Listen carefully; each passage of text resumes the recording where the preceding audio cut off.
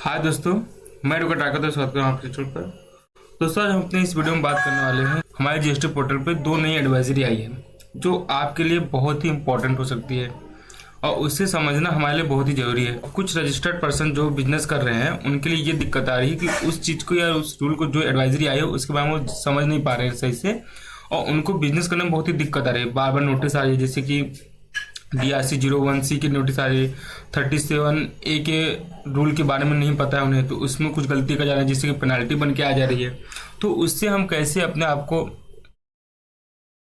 बचा सकते हैं या कैसे हम अपने आप को उससे सेटिस्फाई कर सकते हैं, ये चीज़ देखते हैं कि उसे हम अपनी बेनिफिट के लिए कैसे यूज़ कर सकते हैं। चलिए दोस्तों, चलते हैं हम जीएसटी पोर्टल पे जहाँ की एडवाइजरी आई हुई है। देखिए, ये रहा जीएसटी पोर्टल पे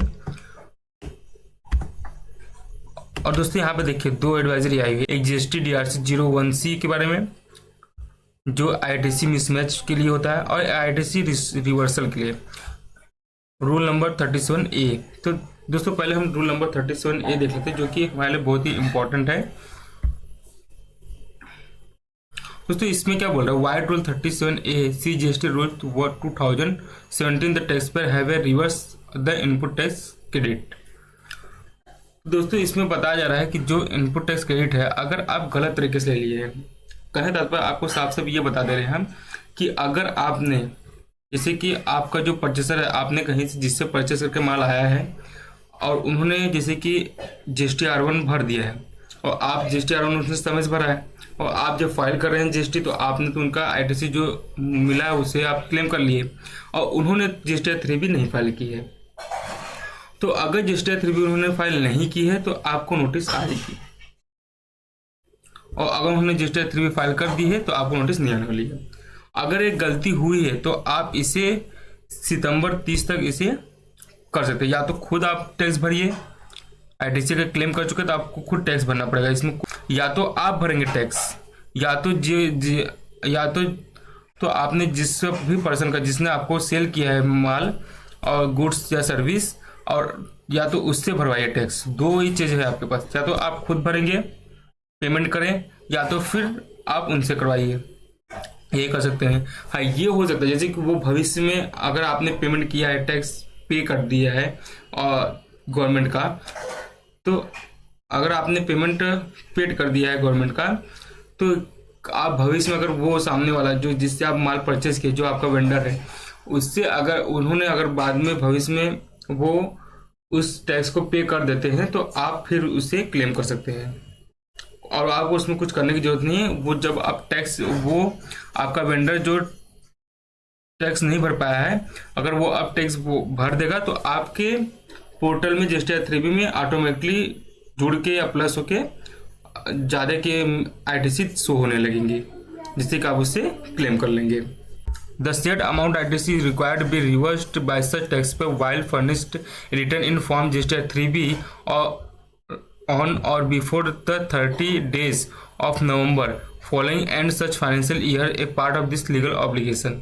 तो आप 30 नवंबर तक आप इसे फाइल कर सकते हैं। अगर कोई भी दिक्कत या परेशानी आ रही है तो आप इसे सही कर लीजिए, मतलब कि 30 नवंबर के बाद से आपको नोटिस आने लगेगी अगर आप गलत ITC क्लेम कर लिए हैं तो आप इसे जल्द से जल्द इसे सही कर लीजिए। जैसे कि अगर नोटिस आई और आपने नोटिस का जवाब नहीं दिया है, नोटिस का जवाब देने का मतलब ये है कि आपको किसी भी हालत में आपको टैक्स भरना पड़ेगा। अगर टैक्स नहीं भरेंगे तो आपका GST कैंसिल हो जाएगा। सिंपल सा फॉर्मूला है ये।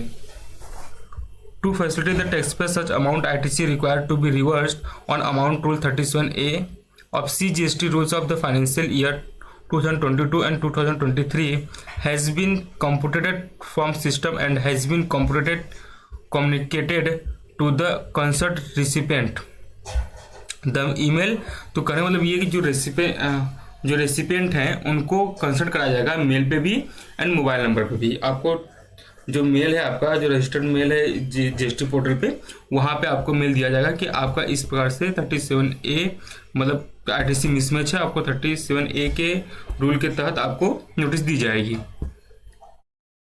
और आपके रजिस्टर्ड मोबाइल पे भी अवेलेबल करा दिया जाएगा, जिसे आपको 30 नवंबर 2023 तक table 4B 2 of GST R3B filing in the concert GST R3B तो आपको बता दिया गया कि इसे कहाँ आपको फाइल करना है, कहाँ पे आपको क्लेम करना है, ये भी बता दिया जा रहा है। टेबल नंबर 4B2 में करना है आपको। तो हम इसे देख लेते हैं टेबल 4B2 कहाँ पे है। देखिए दोस्तों, जब आप यहाँ पे आएंगे तो आपको यह टेबल नंबर 4 दिखेगा, एलिजिबल ITC।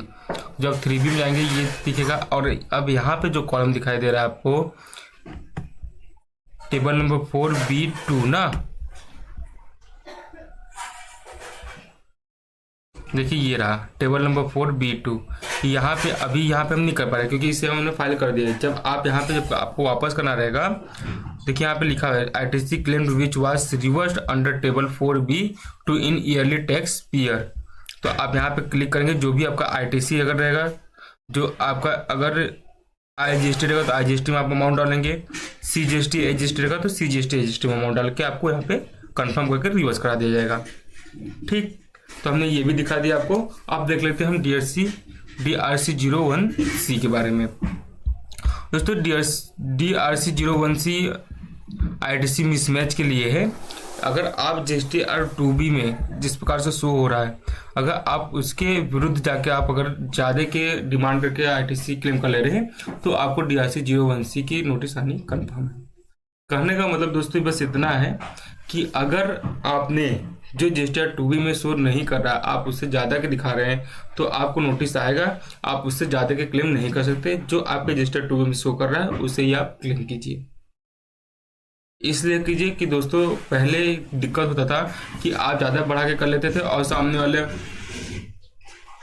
3B फाइल ही नहीं किया, आपने बढ़ा लिया, उसके बाद ज़्यादा दिक्कतें परेशानी टैक्स पेयर को भी होती थी, अधिकारियों को होती थी और GST डिपार्टमेंट को भी होती थी।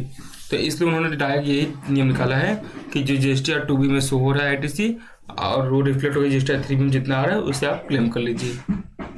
आप उससे कम कर सकते हैं लेकिन उससे ज़्यादा की आप मत कीजिए। अगर DRC01C की नोटिस नहीं आना चाहते तो दोस्तों इसे आप देख सकते हैं। वो भी दोस्तों आपको सिंपल है और दोस्तों आपको भी उसका भी दोस्तों नोटिस आपको आपके रजिस्टर मोबाइल नंबर और जीमेल ID पे आ जाएगी। तो दोस्तों आप यहाँ पे देख सकते हैं उसको।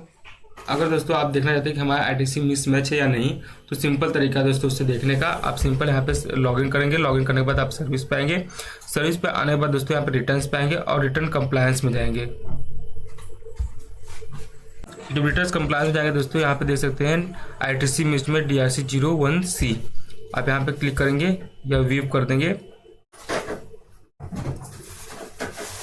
व्यू करने पर दोस्तों आप यहाँ पे रेफरेंस नंबर से भी दे सकते हैं, रिटर्न पीरियड से भी दे सकते हैं। आप रिटर्न पीरियड देखिए, सेलेक्ट फाइनेंशियल ईयर कर लीजिए 23-24। देखिए इस फाइनेंशियल ईयर में ये नियम लागू हुआ था DRC01C, इसलिए इसी फाइनेंशियल ईयर से लागू होगा। पिछले का क्या हुआ है कैसे हुआ है उससे कोई मतलब नहीं है। अगर आपको नोटिस आता है तो उसका प्रायोरिटी बढ़ेगी, उससे क्लियर कर लेंगे। लेकिन अब से आपको फाइनेंशियल 2023-2024 से ध्यान रखना है। रिटर्न पीरियड देखेंगे, रिटर्न पीरियड देखिए जून, जुलाई, अगस्त, सितंबर, अक्टूबर, नवंबर। आप इसमें किसी भी मंथ का आप देख सकते हैं, या तो जून से पूरा देख लीजिए, जुलाई से, अगस्त से, सितंबर से, अक्टूबर से, नवंबर से देख लीजिए। तो हम दोस्तों ये अगर अगस्त ले लेते हैं, देखिए अगस्त ले लेते हैं और यहाँ पे सर्च कर लेते हैं तो देखिए यहाँ पर no record found for the provided inputs. ठीक, यहाँ पे सिंपल इस तरह से बता दिया जा रहा है हमें। तो इस तरह से आप यहाँ पे चेक कर सकते हैं, स्टेटस देख सकते हैं और पेंडिंग देख लीजिए। दोस्तों इस तरह से आप अपने कंप्लायंस जो भी है आपके GST के, वो आप यहाँ पे चेक कर सकते हैं। दोस्तों हमने यहाँ पे आपको दिखाया है कि DRC01C की नोटिस क्या है और रूल 37A क्या है। दोनों हमने डिफरेंस बताया, दोनों चीज़ों को हमने यहाँ पे शो कराया है आपको कि किस चीज़ में क्या दिक्कत हो। लेकिन पूरा मिला के दोस्तों यही है कि ITC से रिलेटेड सारी चीज़ें हैं। तो दोस्तों उम्मीद है कि आपको हमारा वीडियो अच्छा लगा होगा।